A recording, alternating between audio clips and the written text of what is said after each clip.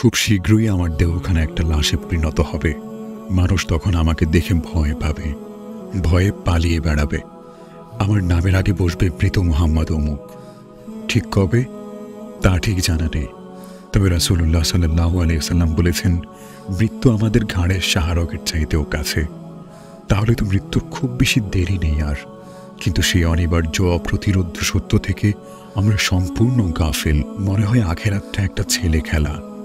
দুনিয়ার চেয়ে ৭০ গুণ বেশি উত্তপ্ত আগুন মনে হয় আপনার মাপুর বাড়ির মোড়া, তাই না? না হলে আপনি এত বেখেয়ালি কেন?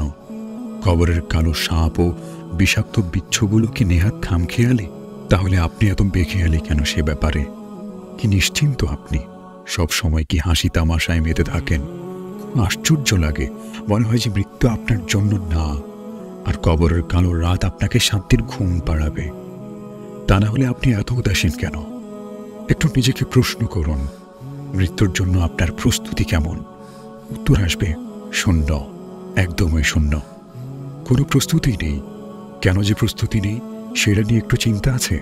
না, তাও না। বাহ, কি চমৎকার! মানে আপনি কি তাহলে জান্নাতের সার্টিফিকেট পেয়ে গেছেন? পাননি? তাহলে কি কারণে আপনি কোনো প্রস্তুতি নিচ্ছেন না? আপনাকে যদি বলা হয় ১ ঘন্টা পরে আপনাকে ১ দিনের জন্য আগুনে ফেলে দেওয়া হবে, তবে ঠিক তার আগে আপনাকে ১০ মিনিট সময় দেওয়া হবে নিজেকে বাঁচানোর জন্য।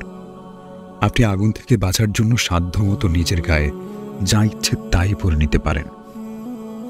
তাহলে ১০ মিনিট কি আপনি স্থির দাঁড়িয়ে থাকবেন? অন্যের গীবত করে সময় নষ্ট করবেন?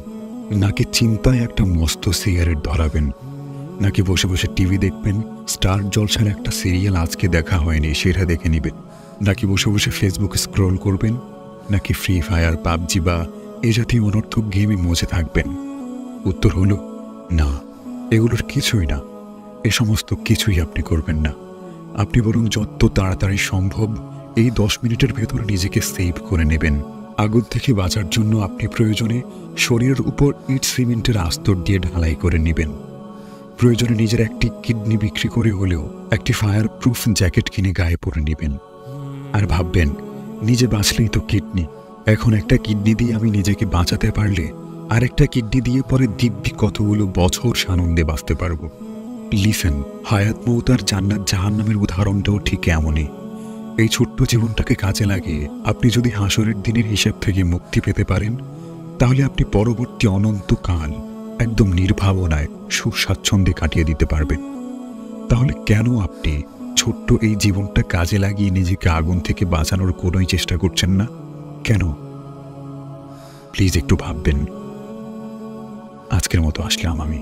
আল্লাহ আমাদের সবাইকে মৃত্যুর প্রস্তুতি নেওয়ার তৌফিক দান করুক। আমিন। আসসালামু আলাইকুম।